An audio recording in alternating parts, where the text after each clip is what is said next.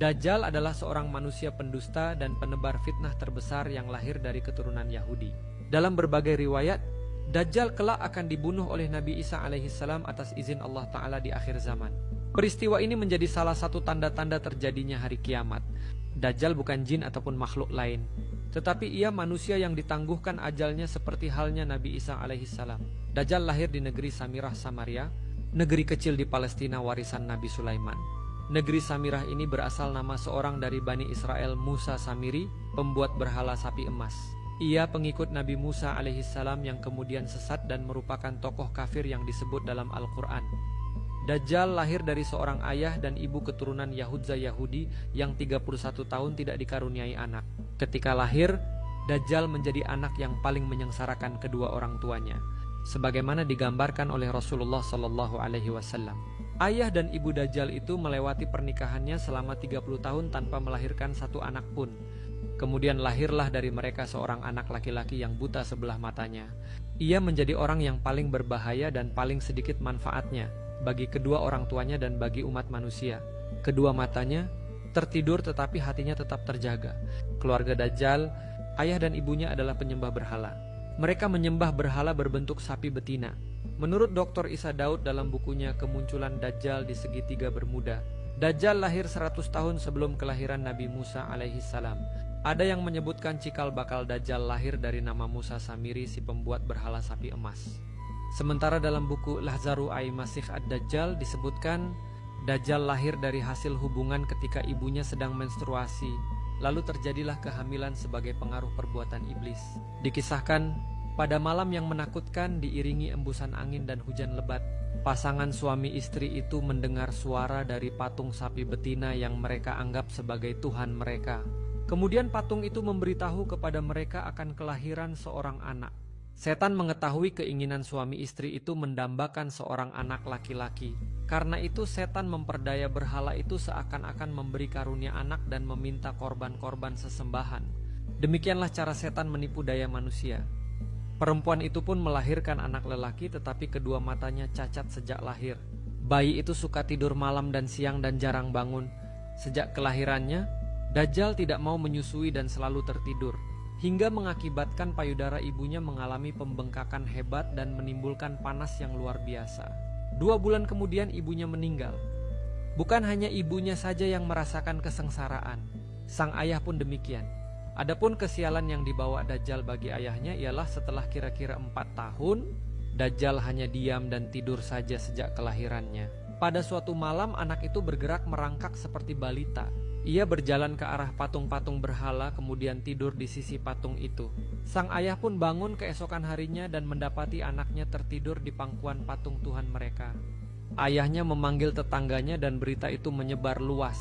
Penduduk sekitar berbondong-bondong datang untuk menyaksikan hal tersebut. Kemudian hakim kota mendengar dan ingin memiliki anak itu yang dianggap dapat membawa keberkahan. Maka diutusnya mata-mata untuk membuat siasat. Maka dihadapkannya lah ayah Dajjal kepada hakim kota dan dipaksa untuk mengaku bahwa kabar berita itu adalah hasil rekayasa dirinya semata. Karena itu ayah Dajjal dipaksa untuk mengaku bahwa dirinya lah yang telah mengangkat anaknya dan menaruhnya di pangkuan patung sapi itu. Karena ayah Dajjal menyangkal tuduhan itu, ia dipenjara dan disiksa. Sementara Dajjal diambil oleh hakim dan dirawat di dalam istana. Dalam menghadapi siksa di penjara, ayah Dajjal tidak kuat sehingga ia terpaksa mengakui kebohongan itu. Setelah ia mengaku, ayah Dajjal pun diusir. Maka tinggallah ia sebatang kara karena ulah anaknya itu. Dalam keterasingannya itu ayah Dajjal meninggal dalam penderitaannya. Setelah berada di dalam istana selama kira-kira 1 tahun 1 bulan, negeri Samiri dilanda bencana dahsyat. Allah Ta'ala memusnahkan negeri itu karena perbuatan penduduknya menyembah berhala dan maksiat yang melampaui batas. Kemudian Allah memerintahkan Jibril menyelamatkan anak itu dan membawanya ke sebuah pulau terpencil yang terletak di tengah-tengah lautan luas yang disebut Laut Yaman. Pulau yang didiami Dajjal ini dikenal dengan nama Jazirah Ats-Tsuban Ar-Rahib wa Ad-Dabbah Al-Halbah, yakni sebuah pulau yang terdapat ular mengerikan dan hewan berbulu tebal. Hewan melata yang berbulu lebat inilah yang menjaganya selama Dajjal mendiami pulau itu. Hewan ini disebut sebagai Al-Jassasah yang bisa berbicara layaknya manusia. Pulau itu berukuran kecil. bagaikan tumpukan bebatuan. Pulau itu terpisah dari gugusan pulau-pulau yang banyak jumlahnya. Dajjal sepanjang hari, sepanjang tahun selalu tidur layaknya penghuni gua. Setelah bertahun-tahun tinggal di pulau itu dan ia makin dewasa, suatu ketika ada perahu yang merapat di pulau tersebut, dan ia dibawa serta keluar pulau. Mereka beranggapan, lelaki itu mungkin korban dari salah satu perahu yang tenggelam dan terdampar di pulau itu. Mereka menurunkan calon Dajjal ini di daratan Yaman yang jaraknya sekitar 4.000 km dari pulau tersebut. Ia mulai mengembara, menjelajah berbagai tempat. Dan karena Allah membekalinya dengan otak yang sangat jenius, ia belajar dengan cepat dan kepandaiannya makin meningkat. Dengan mudah pula menyesuaikan dirinya dengan lingkungan baru, ia menamakan dirinya dengan Ibnu Samirah, dinisbahkan pada tempat asalnya seperti diceritakan Al-Jassasah. Ia bekerja menjadi pelayan seorang filosof Yaman. Suatu ketika sang filosof tertarik untuk memeriksa daya pikir dan keanehan perilakunya, dan akhirnya sang filosof menyimpulkan, jika engkau bisa hidup lama, engkau bisa menjadi seorang raja yang sangat adil, atau sebaliknya raja yang sangat lalim.